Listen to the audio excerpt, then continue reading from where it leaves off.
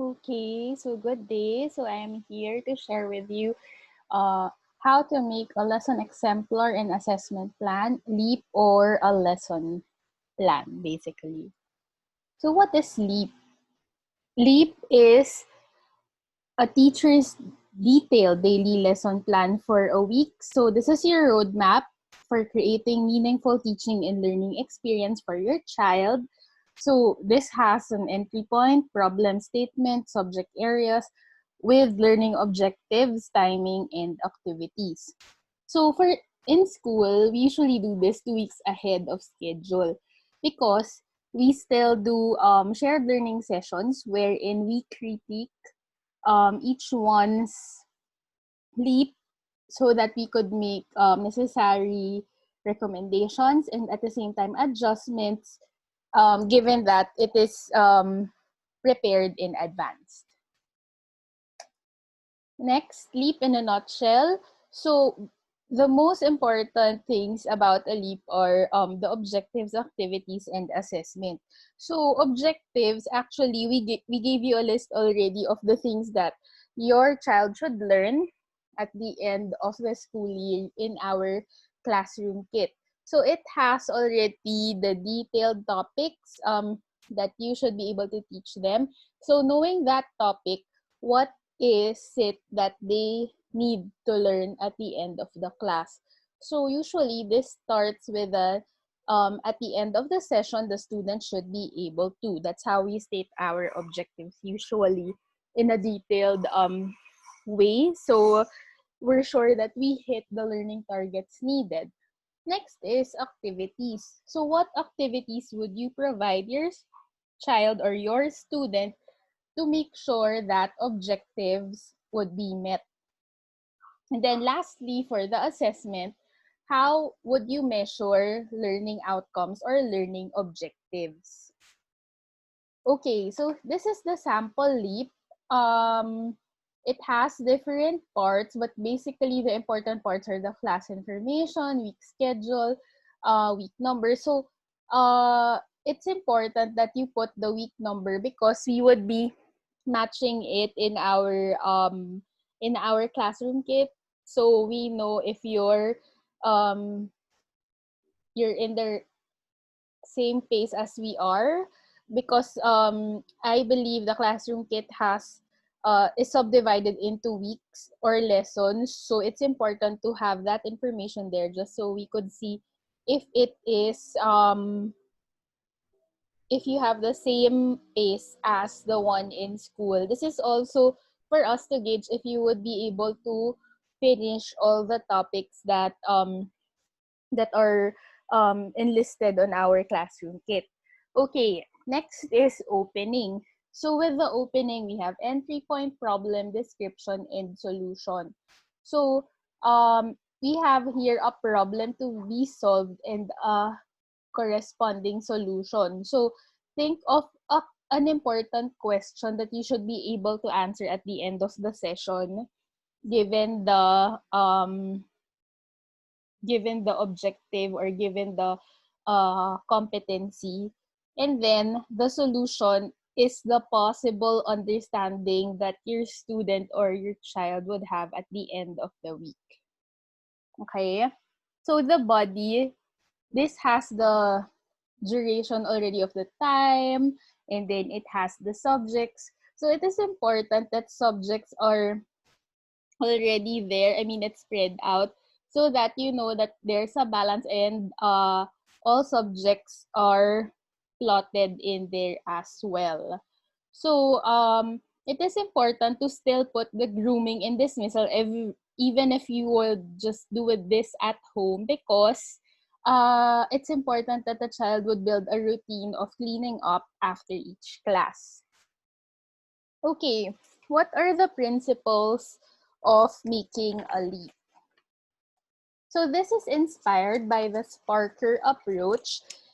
It has been the school's vision to create and foster lifelong learning among our students.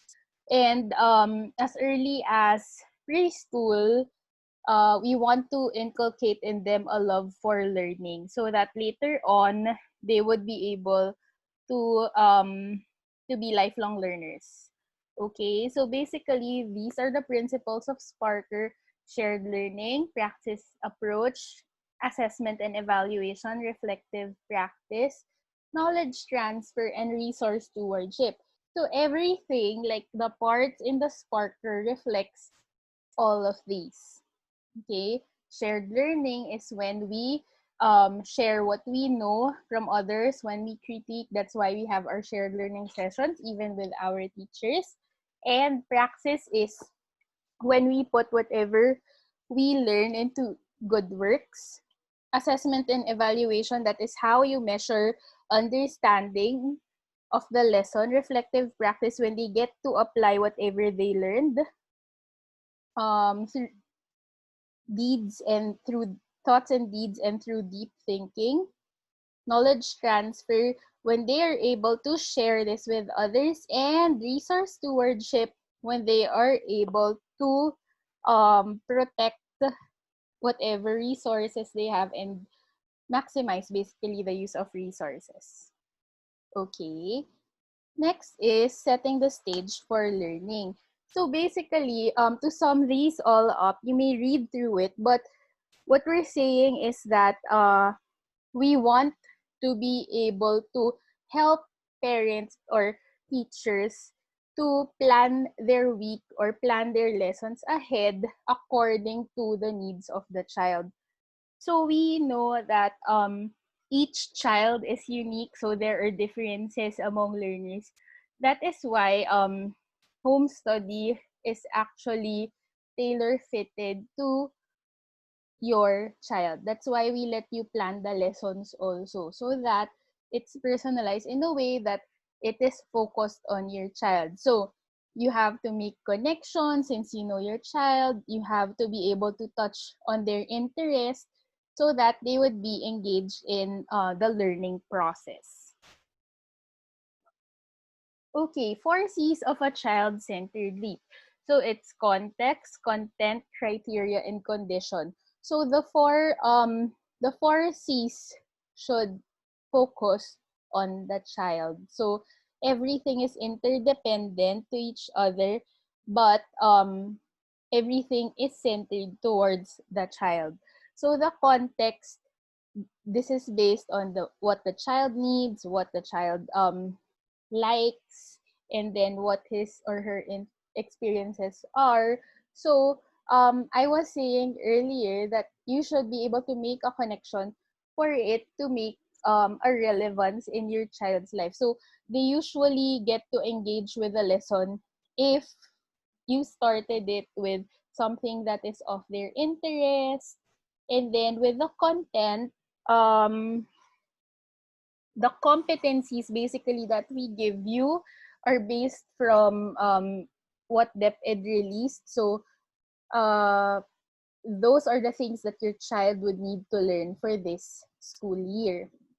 Okay. And then criteria, what measures will I use to determine whether the learning goals have been achieved or not? So this is in line with the assessment. So if you give the child an activity or an assessment, you should be able to see if they understood the lesson, if the lesson proper was effective. Okay. And then the condition are the things that you give or plan for the child for the learning experience to happen. This also includes your learning environment. That's why when we had our parent orientation program, we also explained the importance of having set a homeschool area or environment, because this is very crucial. You can't just have the learning anywhere in your house. It is important to have to set a space for the child to know that, oh, when I'm here, I should be studying, I should be learning. So that he or she would also build a sense of routine and responsibility, that there is a place and a time to do to play or to study, things like that. Okay. Next, Characteristics of effective leap making. So, uh, again, we would like to reiterate that leap or lesson plans would only be effective if you plan it around the child. If you base it on what your child needs, what your child likes. So, we also want you to take advantage of teachable moments. Teachable moments are the times wherein, let's say you're done with class already, um you decided to go to the toy shop or the grocery. uh this You would have a lot of teachable moments when you're there, because you could ask them like, what letter is that, what color is that, if I put this together, how many would that be? So those simple things, even when you're having dinner, lunch, or when you're stuck in traffic, there are a lot of teachable moments. So you just have to be aware, and you should be able to explain it, like how the lesson is integrated into their daily life. Okay, so developmentally appropriate teaching strategies. Again, feel free to read through this, but what we wanted to say is that each child has a different way of uh, understanding everything. So it doesn't mean that the way you're teaching your nursery child, it would be the same with your fourth grader. So there are things, I'm sure as parents, you know, that um it might be applicable to a particular age group, but not for all. So even when you're giving praises, so it's quite different as they get older. Okay. So next is types of praxis. So I'll be discussing I'll be discussing these types in the next slides. So exploratory play. In exploratory play, they get to find out about objects. So exploratory meaning you have prepared materials, and then they get to use their senses in feeling, in touching, in tinkering. So this would give them a moment to use their senses, and this would get them curious about the things around them. So a part of this is trial and error. But with this, we get also to correct whatever assumptions they have about a particular thing. So this actually works especially in science. So there. Next is guided discovery. So similar to exploratory play, we have set materials on the table, and then what they do is the teacher would ask questions to help them discover um, what their lesson is about. Like, let's say this one, the example here is they're using tangrams. It could be that their lesson is about shapes. So the teacher could ask, what would happen if you put together two triangles? What shape would you form? So things like that. So um, through through certain materials, uh, they would be able to understand or grasp a particular concept. Next is problem solving. So with problem solving, this is more of presenting them with a material that they need to solve. Like in here, you give them puzzle pieces. You ask them, what can you do with that?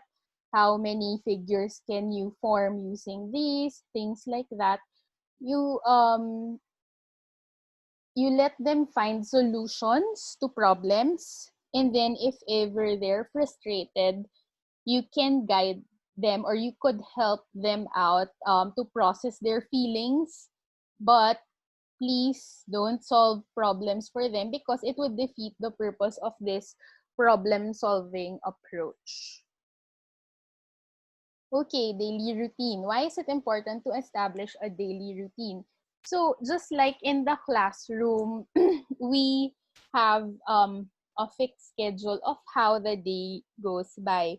So we strongly recommend that even at home, you get to establish a classroom routine so that it would be easy for you to move along as they build this routine. So it takes 21 days to form a habit. So as they get used to sitting in their learning area from this time to this time, and then as they know what to expect, that they would have circle time, they would have a lesson, they would need to go for a snack time, and then grooming.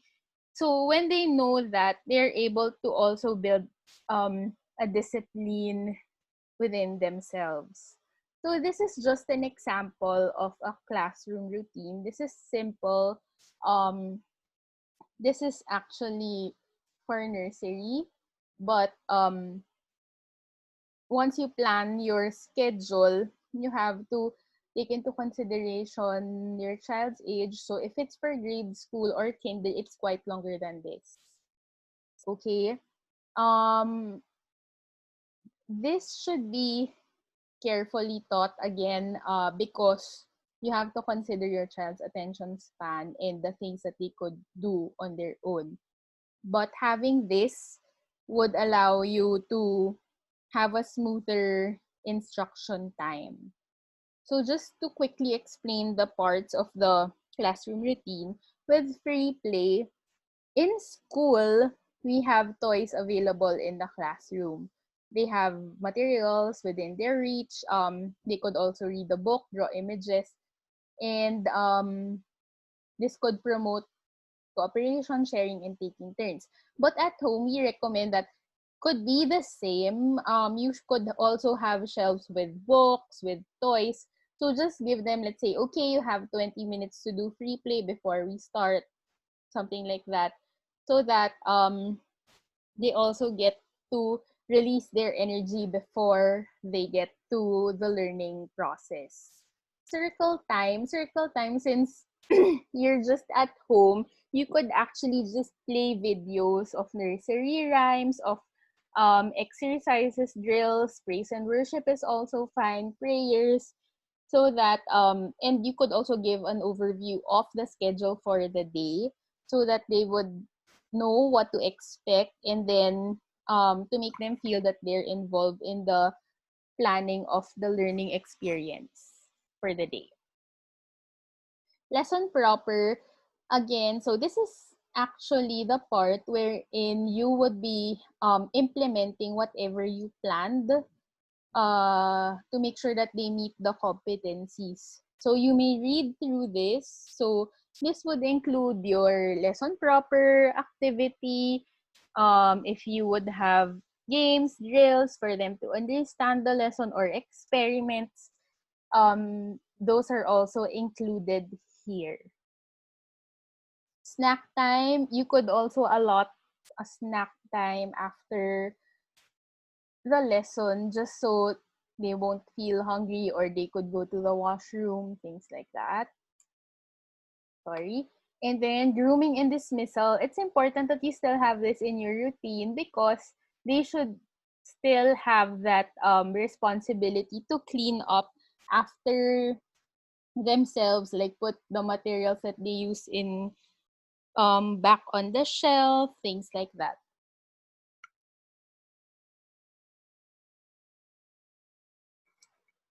Okay, so daily routine, don't forget about the students as classroom helpers. Students can accomplish many that adult volunteers could do.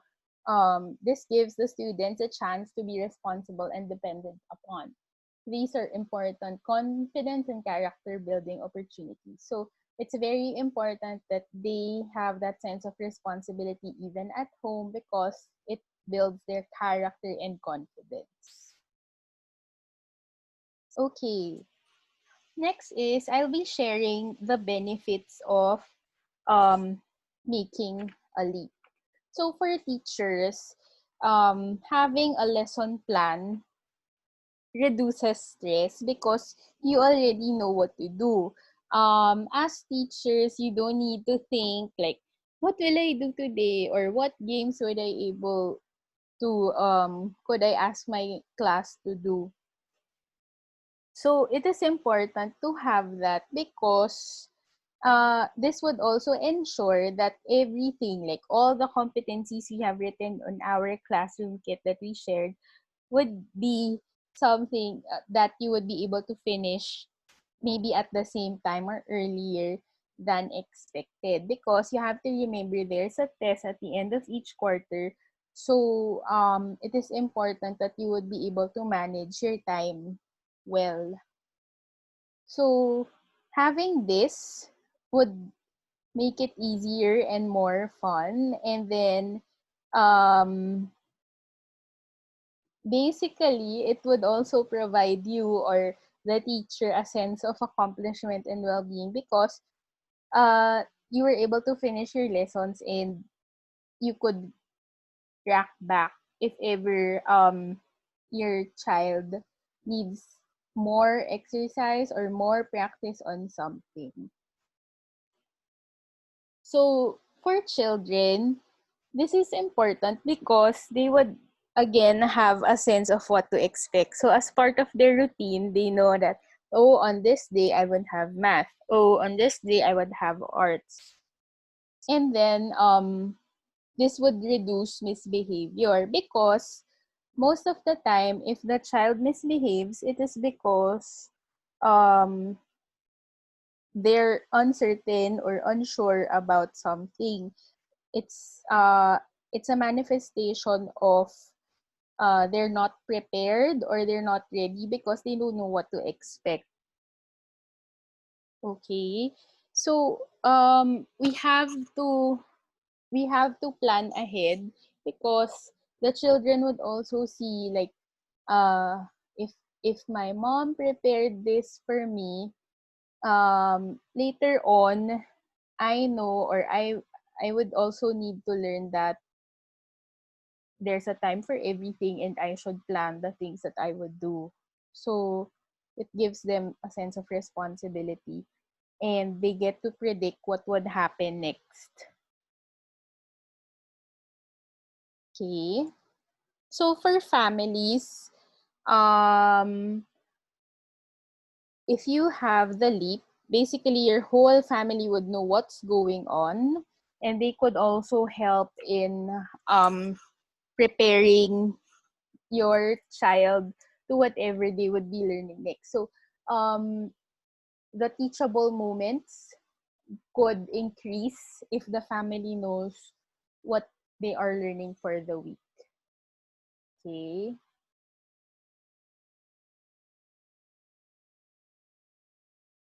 Okay. So let's skip this. Okay. Now it's time to make a leap. So I would be sharing this with you. So first is create a leap using Excel template provided. We would be furnishing you with a copy of this. We would just be sending this out to your emails. And then you could also download this from Kindred. So we already shared the classroom kit. That would be your basis for making your leap. Some of you might have ordered the books, so that would make things a lot easier for you because you have your activities there already and the content basically it's in the book also. Share again with share, you can share it with us during once you're done. Maybe we won't have a shared learning session, but we would be open to share our personal comments and suggestions to help you as you move along. And then revise if there's a need to revise based on our comments. Uh, Please, we recommend for you to do that. Execute the leap. So this is the execution part already. Um, Please don't be surprised if there might be changes, like if you won't be able to do all activities that you've planned. It's normal because again, you have to look at the readiness of your child and what your child needs as of the moment. And then before so we're done with execution. So I was telling you earlier, you might not or you may finish or implement your whole leap as you planned it to be. So if there are anything that you felt like, oh, this worked well, oh, this didn't work, so you could write it down so that this could also guide you as you prepare your next leap. Okay, so there. So it's your turn. You may now create your own leap. So once you have this, you may share it with us just so we can add our comments. Thank you.